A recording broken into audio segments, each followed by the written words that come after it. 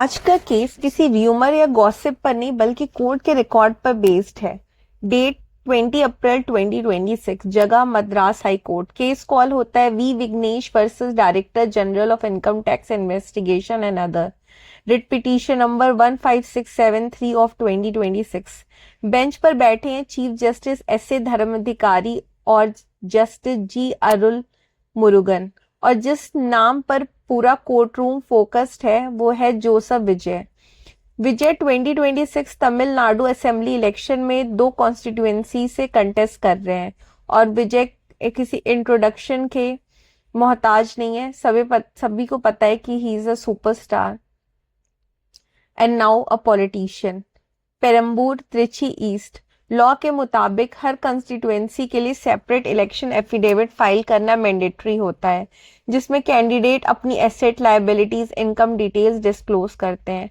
अब आता है core issue. Petitioner V Vignesh ने कोर्ट के सामने कंपैरिजन रखा।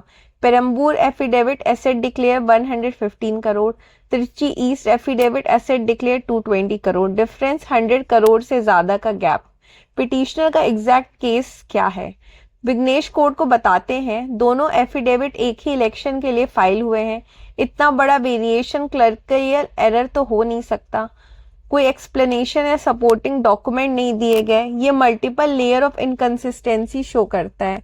अब सबसे इंपॉर्टेंट एलिगेशन, ये केस हो सकता है suppression of arrest, concealment of material, particular beneficial ownership hide करना, या फंड्स की राउटिंग। रिलीफ क्या मांगा गया? पिटिशनर ने कोर्ट से डिमांड किया director general of income tax investigation को इंक्वायरी का ऑर्डर दिया जाए, इलेक्शन कमीशन ऑफ इंडिया को डायरेक्शन दिया जाए, रिटर्निंग ऑफिसर्स को कहा जाए कि रिपोर्ट पब्लिक करें।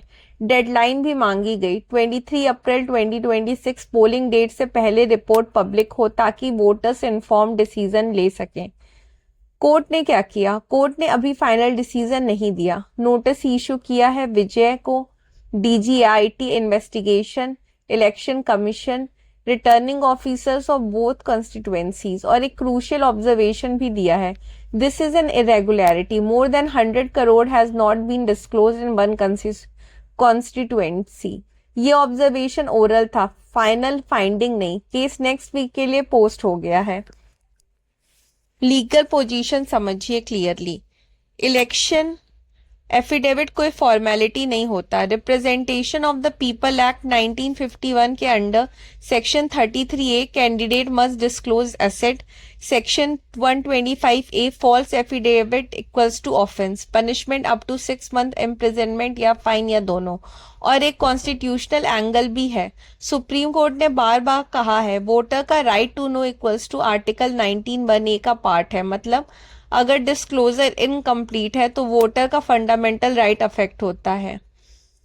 ये सिर्फ एक आइसोलेटेड केस नहीं है। सिमिलर पिटीशन फाइल हुए हैं अगेंस्ट उदयनिधि स्टालिन, तमिलिसई सौंदररंजन। ट्रेंड क्या है? इलेक्शन एफिडेविट जुडिशियल स्क्रूटनी में आ रहे हैं, वोटर्स एक्टिवली कोर्ट जा रहे हैं।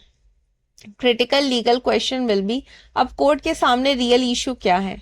क्या 100 करोड़ का डिफरेंस एक्सप्लेन हो सकता है? क्या ये जेन्युइन मिस्टेक है या सप्रेशन? क्या प्री इलेक्शन इन्वेस्टिगेशन ऑर्डर हो सकता है? क्या इसका इम्पैक्ट इलेक्शन प्रोसेस पर पड़ेगा? एक तरफ एक पावरफुल कैंडिडेट, दूसरी तरफ एक ऑर्डिनरी वोटर, और बीच में एक प्रिंसिपल ट्रांसपेरेंसी। इस केस का आउटकम भी आना बाकी है। कोर्ट ने अभी सिर्फ नोटिस इशू किया है, लेकिन जो जवाब उठ चुका है वो बड़ा है।